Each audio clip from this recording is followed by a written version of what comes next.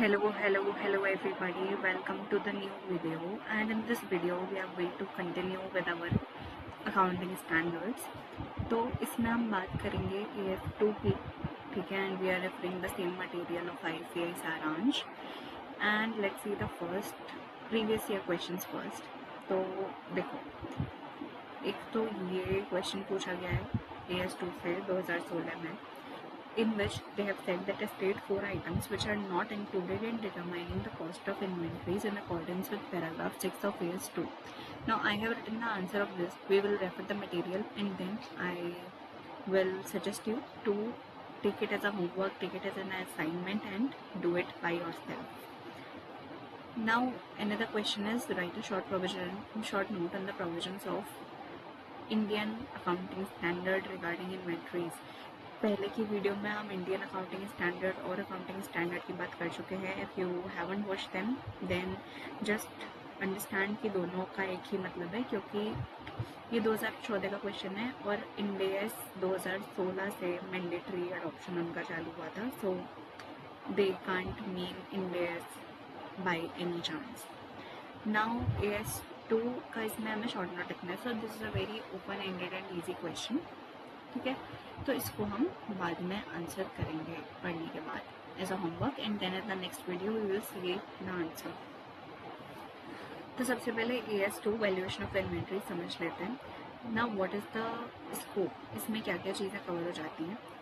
AS2 में हम देखते हैं कि इन्वेंट्रीज की वैल्यू कैसे डिटरमाइन करें, ठीक है. इनकी जब सेल हो रही है तो उसका रेवेन्यू कब और कब रिकॉग्नाइज होगा, ठीक है. And how to assign cost to the inventories, और अगर कोई रिटन डाउन वैल्यू है, ठीक है, just a minute, yes, and if the inventory की वैल्यू डाउन हो गई है तो उसको राइट ऑफ कैसे करते हैं, उसको वैल्यू कैसे करते हैं, उसकी कॉस्ट कैसे असाइन करते हैं, उसको राइट ऑफ कैसे करते हैं, और जब वो बिक जाती है तब उसका रेवेन्यू कैसे रिकॉग्नाइज करते हैं. Now what are not included in inventories. अब देखो जिस भी चीज़ के लिए स्पेसिफिक AS है तो उसका स्टॉक हम इस AS में कवर नहीं करते. जैसे कि कोई सर्विस कॉन्ट्रैक्ट है तो पहली बात तो उसको नहीं लेंगे, ठीक है. उसके अलावा अगर कोई आपका ये शेयर्स एंड डिबेंचर्स तो उसको काउंट नहीं करेंगे. कोई एग्रीकल्चरल स्टॉक है, लाइव स्टॉक एग्रीकल्चरल, उसको काउंट नहीं करेंगे. और उसके अलावा कंस्ट्रक्शन कॉन्ट्रैक्ट्स, उसका भी हम स्टॉक AS2 में कवर नहीं करेंगे, ठीक है. अब let's see what are inventories. तो इन्वेंट्रीज में क्या क्या आ जाती हैं, सारी चीज़ें आ जाती हैं. इसमें रॉ मटेरियल भी आ जाते हैं, ठीक है. इसमें आपके वर्क इन प्रोग्रेस भी आ जाते हैं, ठीक है. उसके बाद इसमें आपके फिनिश गुड्स भी आ जाते हैं. ये हो गए आपके मैन्युफैक्चरिंग यूनिट के लिए. अगर आप कोई ट्रेडिंग कंसर्न हो जो सामान ऐसे खरीद के लाता है और फिर बेच देता है तो आपके वैसे वाले फिनिश गुड्स हैं, रेडी टू सेल वाले, वो भी इसमें आ जाएंगे, ठीक है. This and apart from that जो भी मटेरियल या supplies which are consumed in the production process और rendering of services they are also included. For example अगर कोई ऐसा सामान है जो आपके रॉ मटेरियल बनाने में मतलब उसके साथ ही यूज़ हो जाता है, ठीक है, दे आर यूज्ड अलॉन्ग, तो वो भी इसमें काउंट होगा until and unless it qualifies as PPE, ठीक है. हमने अगर आपको याद हो तो पहले पढ़ा हुआ है कि अगर कोई ऐसी चीज़ है जो कि मशीन के साथ यूज़ होने वाली है तो वो PPE की डेफिनेशन में आ जाती है, वो PPE मान ली जाती है. So if it is that then not AS2 won't be applied to that, otherwise AS2 हम इस पर भी लगा देंगे, ठीक है. अब हम नेक्स्ट बात करते हैं विच इज़ अब इन्वेंट्री की कॉस्ट कैसे निकालें. तो देखो जो भी सामान खरीद के लाए हो इन्वेंट्री का वो ले लेना, ठीक है. द परचेज प्राइस, उसमें क्या क्या ऐड करोगे आप, जो टैक्स टिकर आया वो ले लेना. जो other expenditure which are directly attributable to the acquisition, for example उसको लाने का खर्चा, वो सब भी. उसके अलावा कोई डिस्काउंट मिल गया, कोई रिबेट मिल गई, ठीक है, तो वो सब माइनस कर देंगे, ठीक है. They are deducted. उसके अलावा आप जब आप लेबर डालोगे उसमें, द कॉस्ट ऑफ कन्वर्जन, तो डायरेक्ट लेबर की कॉस्ट और ओवरहेड की कॉस्ट, ओवरहेड में वेरिएबल फिक्स्ड दोनों, ये सब भी काउंट होंगे। और उसके अलावा अगर और कोई कॉस्ट है जो कि रिस्पॉन्सिबल है bring in inventory to the present location and condition, that will also be counted. अच्छा, अब हो सकता है कि आप एक सामान ला रहे हो and that is use to create to products, या फिर उससे दो प्रोडक्ट बन रहे हैं, एक मेन प्रोडक्ट और एक बाई प्रोडक्ट, तो उस केस में क्या कॉस्ट का एलोकेशन होगा। ठीक है, तो जब देखो अगर जॉइंट प्रोडक्ट है तो अगर कॉस्ट सेपरेटली आइडेंटिफिएबल है तो बहुत बढ़िया, ठीक है। लेकिन अगर सेपरेटली आइडेंटिफिएबल नहीं है तो फिर आप क्या करोगे, उसको रेशियो में बांट दोगे कॉस्ट को। किस रेशियो में, जो उन जॉइंट प्रोडक्ट्स की सेलेबल वैल्यू होगी, या तो at the time when they are separately identifiable या at the time when the production is completed, तो उसके बेसिस पे आप कॉस्ट को डिवाइड कर दोगे। What in the case of a main product and a by product, तो जब कोई बाई प्रोडक्ट है, कोई मटेरियल है, तो कुछ नहीं, आप माइनस कर दो कॉस्ट में से, ठीक है, और कॉस्ट कम हो जाएगी, ठीक है। और किस वैल्यू पे माइनस करेंगे, एट एनआरवी। लेकिन अगर वो मटेरियल है तो आप ये वाला मेथड अपनाएंगे, ठीक है, ये पूरा मेथड अपनाएंगे। अब बात करते हैं कन्वर्जन कॉस्ट की, जो हमने यहाँ पे देखी थी, है ना, इसको हम डिटेल में बात कर लेते हैं यहाँ पे। तो सबसे पहले देखो, फैक्ट्री डायरेक्ट लेबर तो हमने ऐसे ही ले ली, ठीक है, ये जॉइंट कॉस्ट की बात हम कर चुके हैं, है ना। तो अब बस फैक्ट्री ओवरहेड देखते हैं। तो अगर फिक्स्ड है तो वेरिएबल है तो आप समझ जाओ, है ना, मतलब एक यूनिट पे अगर 10 रुपये लग रहे हैं तो 10 यूनिट पे 100 रुपये लग जाएंगे, आप नॉर्मली कर सकते हैं। लेकिन अगर फिक्स्ड है तो दो चीज़ें होती हैं, या तो नॉर्मल कैपेसिटी या एक्चुअल प्रोडक्शन, जो भी इन दोनों में से लोअर होगा आप उस पर यूनिट कॉस्ट निकालेंगे। फॉर एग्जांपल, अगर मान लो फिक्स्ड मतलब किसी चीज़ की नॉर्मल कैपेसिटी थी वो 100 यूनिट बना सकता है, ठीक है, और उसने एक्चुअल में 150 यूनिट बना दी, ठीक है। तो अब ये है एक्चुअल, ये है नॉर्मल, ठीक है।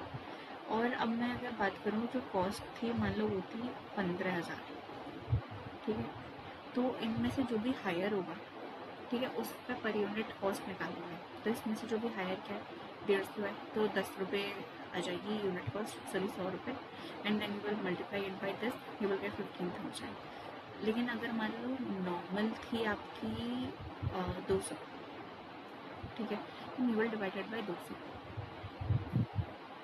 ठीक है, and then you will get what 75, and then you will multiply it by actual, ठीक है, and that will be your actual allocation, ठीक है। तो whichever is higher you will take, okay, I think मैंने गलती से whichever is lower बोल दिया था, but it is whichever is higher, okay। Now this is a PYQ, you have to read it in detail। यही वो paragraph 6 में जो भी एक्सक्लूजन है उसका क्वेश्चन है कि कौन कौन सी कॉस्ट हैं जो पैराग्राफ 6 में स्पेसिफिकली एक्सक्लूड की गई है। तो देखो कॉस्ट तो बहुत ईजी है। अगर कोई एबनॉर्मल कॉस्ट है, ठीक है, जो कि वेस्टेड मटेरियल, लेबर या प्रोडक्शन की वजह से, तो उसको मतलब कोई स्टोरेज कॉस्ट है, मतलब कि इन्वेंट्री को रखने का खर्चा इन्वेंट्री की कॉस्ट में काउंट नहीं होगा अनटिल एंड अनलेस वो इन्वेंट्री को प्रेजेंट कंडीशन में लाने के लिए ही ज़रूरी है। For example ageing of wine, then you need to store it only, then you have to count the cost in that case, लेकिन अदरवाइज नहीं। उसके अलावा कोई एडमिन ओवरहेड है, जैसे कि स्टाफ की सैलरी हो गई एट्सेट्रा एट्सेट्रा, तो वो आपके एडमिन ओवरहेड्स में काउंट नहीं होएगा। उसके अलावा सेलिंग एंड डिस्ट्रीब्यूशन ओवरहेड है, तो they are also not counted, right, which is very basic. अगर कोई कमीशन दिख रहा है आपको, एडवर्टाइजमेंट का खर्चा है, तो वो उसमें काउंट नहीं होगा। कोई भी सैलरी है तो वो सब उसमें काउंट नहीं होगी। अब हम बात करते हैं, देखो अभी हमने कॉस्ट डिटरमाइन करना सीख लिया, लेकिन ये समझो कि एक स्टॉक का आइटम नहीं होता गोदाम में, ठीक है, there are multiple thousands of item all stored at once. तो हम जो इन्वेंट्री की कंबाइंड वैल्यू है वो कैसे निकालते हैं, तो there are two methods, one is historical method and one is non historical method. देखो सबसे पहले कि अगर जो इन्वेंट्री आपकी ऑर्डिनरी है, ठीक है, ऐसी ही हो जाती है, तो फिर आप ये वाला चार्ट फॉलो करेंगे। और अगर आपकी इन्वेंट्री बहुत रेयर है, जैसे अगर आप कोई ज्वेलरी शॉप में चले गए तो वो ये मेथड नहीं अपना रहे होंगे। क्यों? क्योंकि उनके लिए हर जो आइटम है बहुत प्रीशियस है, बहुत ऑर्डिनरली इंटरचेंजेबल नहीं है कि इसकी जगह ये दे दिया, इसकी जगह ये दे दिया। तो इसकी जगह you have to use specific identification method, right. However अगर आपका आइटम जो है वो ऑर्डिनरीली इंटरचेंजेबल है, ठीक है, तो उस केस में फिर दो मेथड्स हैं। एक तो हिस्टोरिकल कॉस्ट मेथड जिसमें आता है फीफो और वेटेड एवरेज, लीफो अलाउड नहीं है, ठीक है, याद रखना। उसके अलावा नॉन हिस्टोरिकल मेथड में आ गया आपका रिटेल इन्वेंट्री या फिर एडजस्टेड सेलिंग प्राइस मेथड। इसमें क्या होता है, आपकी रिटेल प्राइस ले लेते हैं और उसमें से एक पर्टिकुलर मार्जिन डिडक्ट कर देते हैं और आपका कॉस्ट आ जाती है। And then standard cost method जिसमें आप देख लेते हो कि नॉर्मल कंजम्पशन किस हिसाब से होता है और उस हिसाब से आप ये सब देखते हुए उसकी कॉस्ट एस्टिमेट कर लेते हो कि इतना हुआ होगा, इतना हुआ होगा, इतना हुआ होगा, ठीक है, and then you estimate the cost according to that, ठीक है। So these are the methods. Now the last thing which we need to study is कि अब हमने कॉस्ट निकाल ली, तो हम क्या कॉस्ट पे इन्वेंट्री को मेजर करते हैं? नहीं, हम इन्वेंट्री को पहले से हमने कॉस्ट निकाली एक पर्टिकुलर आइटम की, फिर हमने अगर हमारी इन्वेंट्री इंटरचेंजेबल है इंटरचेंजेबल नहीं है उसके बेसिस पे हमने पूरे स्टॉक की कॉस्ट निकाली, ठीक है। हम ये देखेंगे ना कि कौन सा आइटम पहले गया और अब कौन सा आइटम बचा है, उस हिसाब से कॉस्ट डिटरमाइन करेंगे, ठीक है। उसके बाद हम मेजर कैसे करेंगे, तो we will if there is finish goods and work in progress then we will have to measure cost और NRV whichever is lower, ठीक है। एनआरवी में क्या क्या जाता है आपकी, एनआरवी मतलब कि selling price minus selling expenses minus estimated cost of completion. और रॉ मटेरियल्स में ये क्या जाता है आपका, रॉ मटेरियल में आपकी कॉस्ट आ जाती है, सॉरी, और ये आपने निकाल लिया। अब देखो, अगर आपका फिनिश गुड्स और वर्क इन प्रोग्रेस कॉस्ट पे मेजर्ड है, ठीक है, तो फिर कुछ नहीं, रॉ मटेरियल को भी कॉस्ट पे दिखा दो। लेकिन अगर वो एनआरवी पे वैल्यू हो रहा है तो समझो यार, मतलब जो फिनिश गुड्स है उसकी तो कोई वैल्यू है नहीं, तो फिर हो सकता है रॉ मटेरियल की भी वैल्यू ना हो, तो फिर उसको भी हम रिप्लेसमेंट कॉस्ट पे दिखाएंगे, ओके,